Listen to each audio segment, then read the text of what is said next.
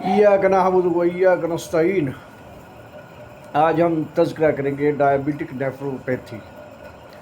अच्छा, diabetic nephropathy occurs due to chronic hyperglycaemia, यानी glucose level ज़्यादा देर तक रहे तो नेफ्रोपैथी हो जाती है।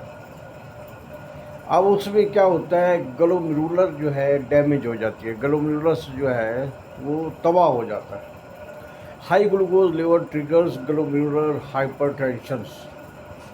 अगर ग्लूकोज लेवल ज़्यादा हो तो ग्लोमेरुलर हाइपरटेंशन हो जाती है, ऑक्सीडेटिव स्ट्रेस होता है और इन्फ्लेमेशन होती है, causing mesangial expansion and base membrane thickening. अच्छा, उसके नतीजे में क्या होता है,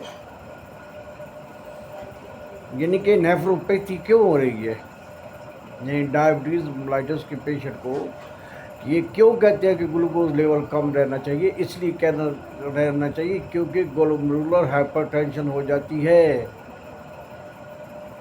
ऑक्सीडेटिव स्ट्रेस हो जाता है और इन्फ्लेमेशन हो जाती है। दो चीज़ें जो है वो आप लोगों ने बिल्कुल जो है वो अक्सर पढ़ी होगी, ऑक्सीडेटिव स्ट्रेस एंड इन्फ्लेमेशन। यानी जितनी भी एंटीऑक्सीडेंट चीज़ें होती हैं वो ऑक्सीडेटिव स्ट्रेस को भी रोकती है और कुछ किसी हद तक उनका एंटी इन्फ्लेमेटरी इफेक्ट भी होता है।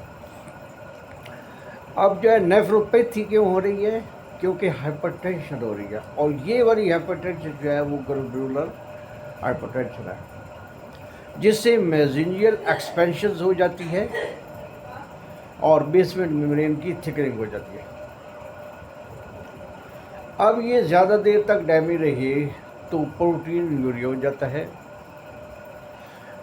ग्लोमेरुलोस्क्लेरोसिस हो जाता है, ग्लोमेरुलस के अंदर जो है वो अथीरोस्क्लेरोसिस हो जाता है, उसमें जो है वो स्क्लेरोसिस हो जाता है, उसमें जो है वो कोलेस्ट्रॉल कैल्शियम वगैरह जम हो जाता है एंड इवेंचुअली किडनी फेलियर की तरफ चला जाता है।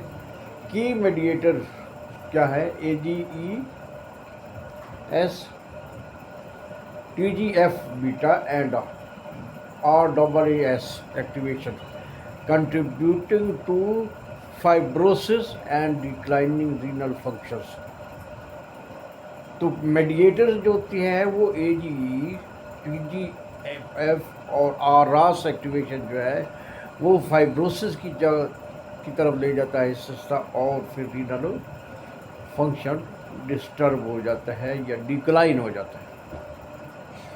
ये था मैकेनिज़्म कि डायबिटिक पेशेंट का गुर्दा जो है वो क्यों फेल हो जाता है, ये सारा जो है मैकेनिज़्म बताया गया।